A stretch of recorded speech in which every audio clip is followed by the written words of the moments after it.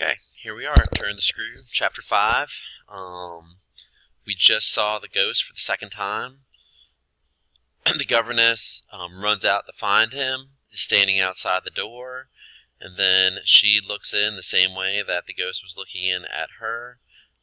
Miss Grose walks in, moment of shock, and right now Miss Grose is running out to talk to her. As soon as Miss Grose runs out, she says, "What in the name of goodness is the matter?" And notice these dashes, these lines are being cut up. We're going to see a lot of that in the dialogue in this chapter. And I think it stands out as a matter of importance here. The governess says, "With me, I must have made a wonderful face. Do I show it?" To which Miss Grose says, "You're as white as a sheet. You look awful." Okay. So she had thought that Miss Grose had seemed shocked, disturbed, that she had taken fright when the governess looked in. But instead, here we see that Miss Grose was more shocked just at how horrible the governess looks, that the governess has this kind of white mask on, that she looks shocked, that she looks very disturbed. So we get that. She thinks about what to do. She says, "I considered I can meet on this without scruple any innocence. My need to respect the bloom of Miss Grose's had dropped without a rustle from my shoulders. If I wavered for the instant, it was not with what I kept back.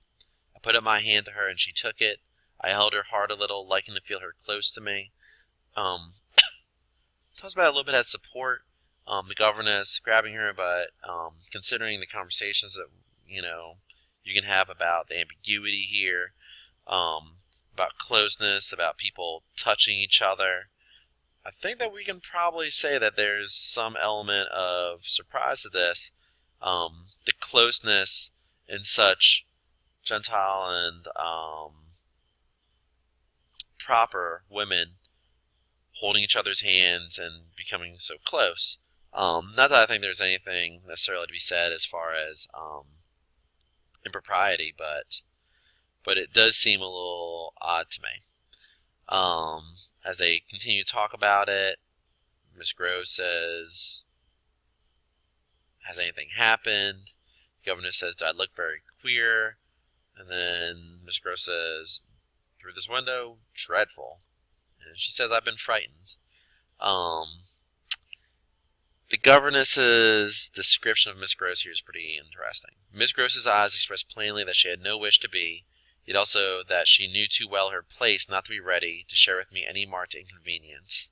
Oh, it was quite settled that she must share.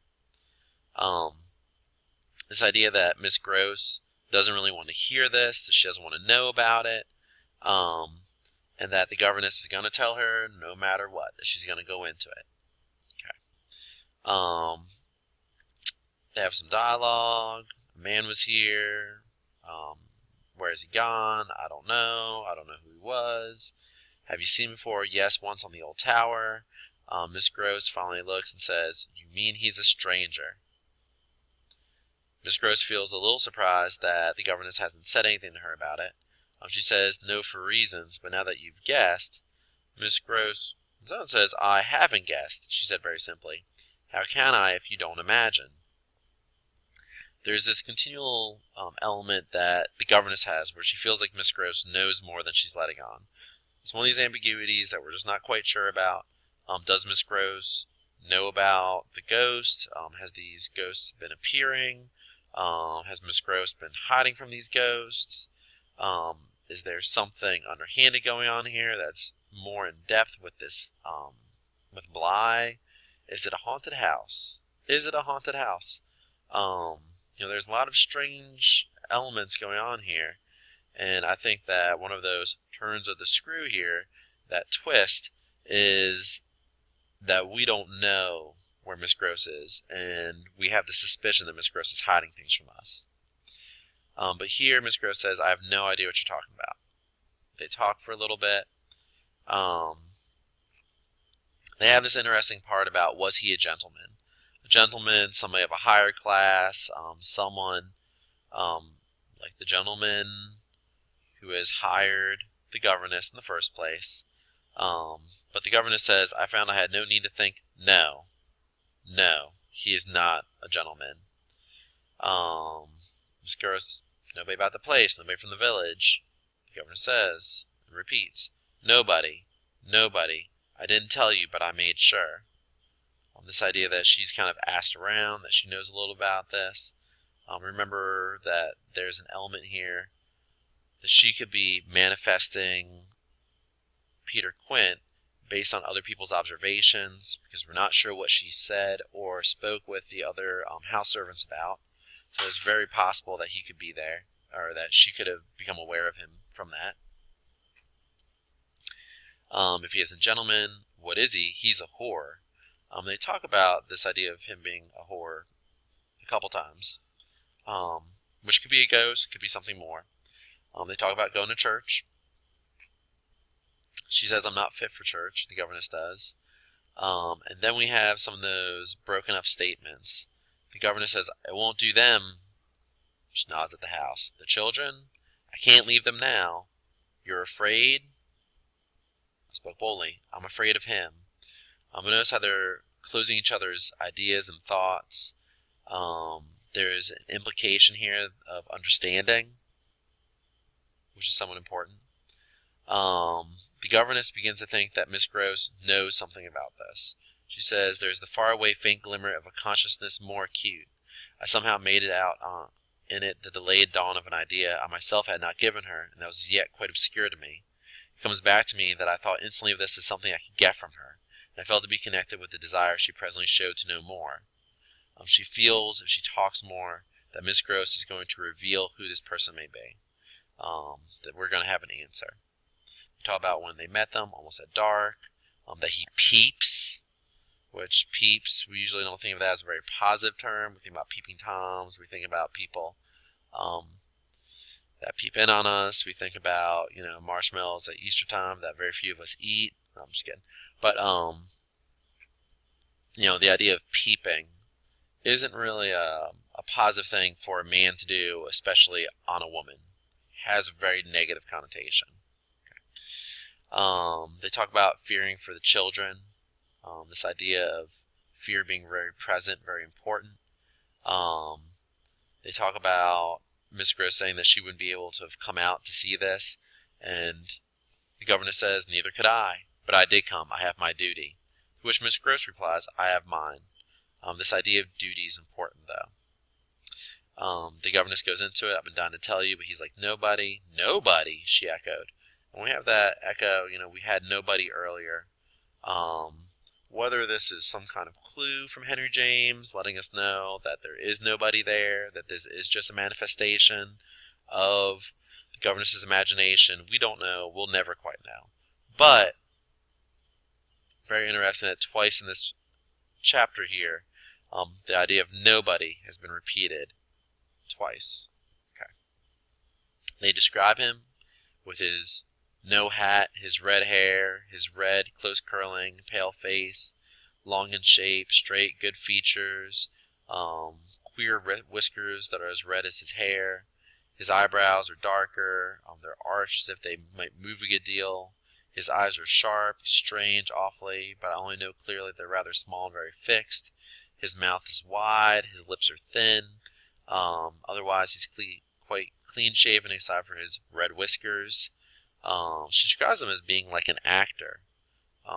This idea of acting a part, of not really being authentic, which I thought was kind of interesting.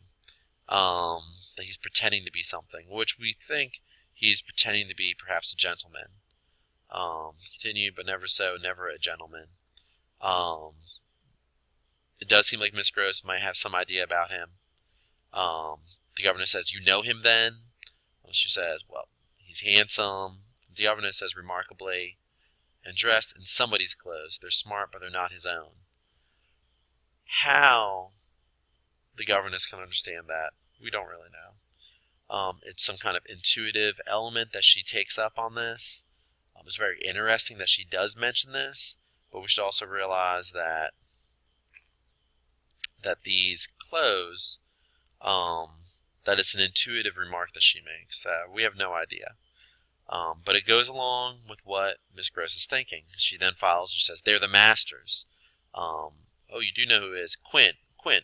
Peter Quint, his own man, his valet, when he was here. He never wore his hat, but he did wear, well, there were waistcoats missed. They were both here last year. Then the master went, and Quint was alone. And there's this kind of strange ambiguity to these lines here. And Quint was alone.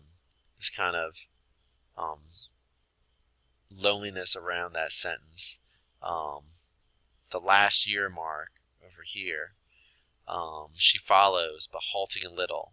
Alone. There's a tentativeness about this, questioning.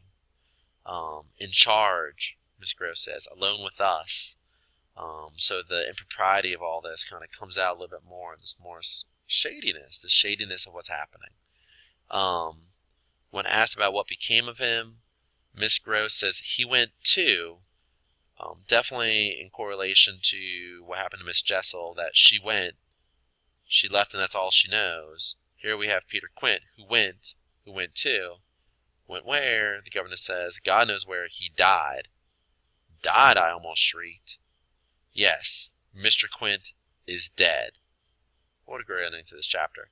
But definitely we close out, we have an identity for the ghost, or the manifestation that the governess is seeing based on her imaginative qualities. And we know that the governess is most likely going to pursue this. Her sense of duty to protecting the children. At the same time, the ambiguity leads us to wonder whether what she's pursuing with them is necessarily wholesome. Is it positive? Is it good? Is this something that's going to help these kids? We don't know. We don't know if the governess is a danger. And there's definitely the suspicion that she is a danger. Especially as she gets more and more obsessed with this manifestation that may or may not really be there, that she is the only one who has seen. It's not like any of the house servants are reporting ghosts, are seeing things. Only, it seems, the governess. Okay, we will continue with the next chapter soon.